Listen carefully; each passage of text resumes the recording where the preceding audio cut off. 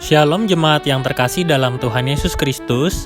Mari kita mengikuti Sapa Sabda yang diambil dari Pedoman Saat Teduh 4B GKI Residen Sudirman, Minggu 2 Agustus 2020, dengan tema Kasih yang Menyeluruh.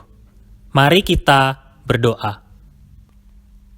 Tuhan yang penuh kasih, berikanlah kami kemampuan untuk terus dapat mengerti dan memahami setiap firman-Mu, agar hidup kami semakin dikuatkan oleh kasih-Mu yang besar. Di dalam nama Tuhan Yesus Kristus, kami berdoa. Amin.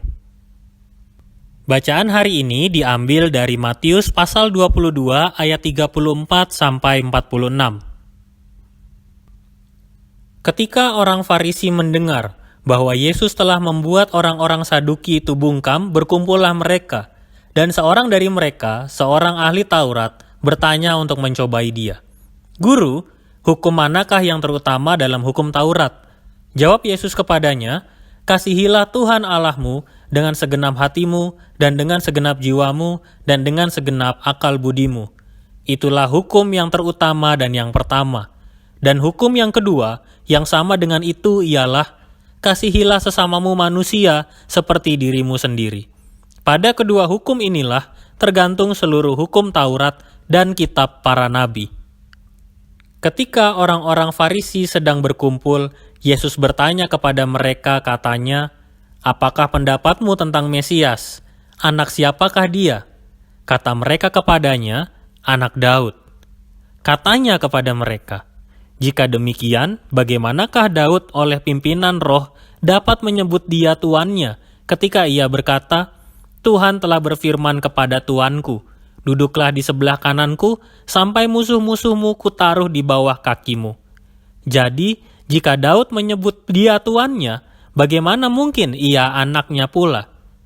Tidak ada seorang pun yang dapat menjawabnya, dan sejak hari itu, tidak ada seorang pun juga yang berani menanyakan sesuatu kepadanya.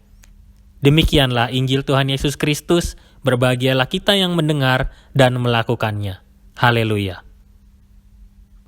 Dalam menjalani hidup pada masa sekarang di era kebiasaan baru, ada begitu banyak peraturan yang harus dipatuhi karena berkaitan dengan protokol kesehatan.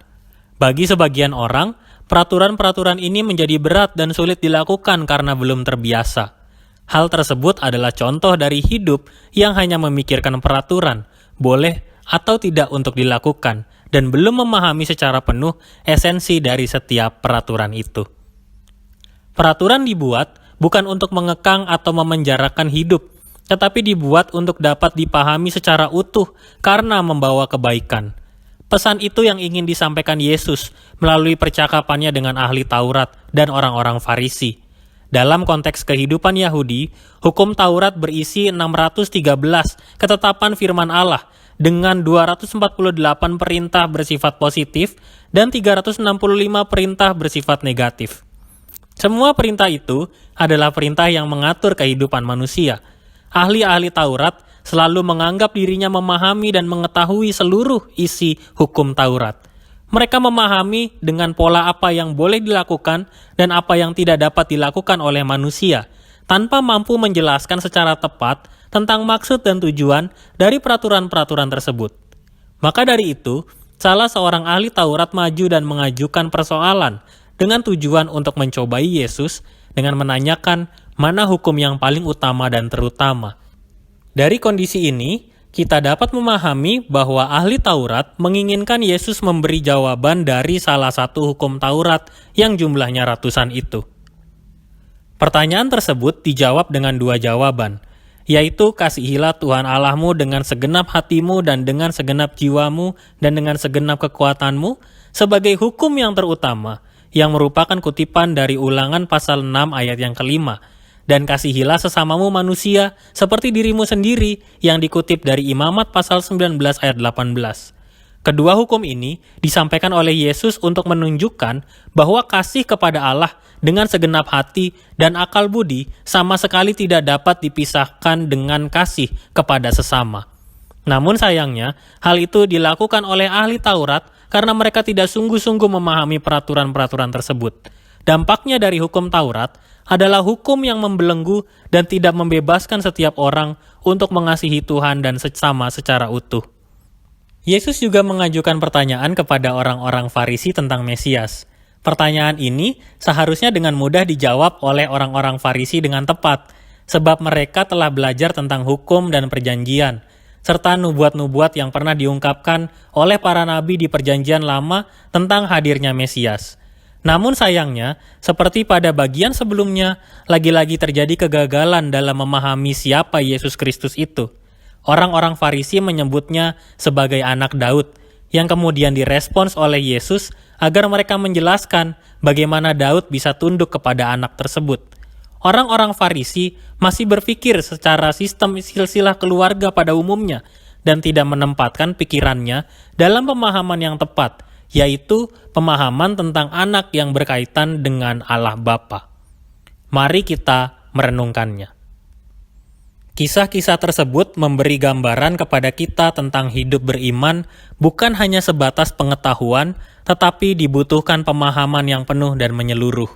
Terutama ketika berkaitan dengan kehidupan kita bersama dengan Yesus dan juga sesama kita. Yesus menekankan bahwa semua kasih itu penting untuk dijalankan dalam kehidupan kita.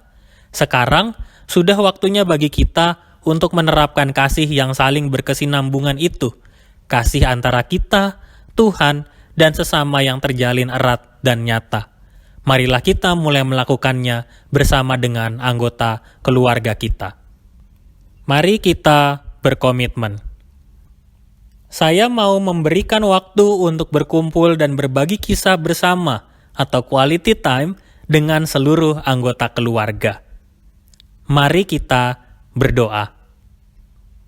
Tuhan, ajarilah kami agar dapat mewujudkan kasih yang menyeluruh di antara kami sebagai pribadi kepada Engkau dan juga bagi keluarga kami, sehingga kasih dari Tuhan terus dapat kami rasakan sejalan dengan kehidupan kami.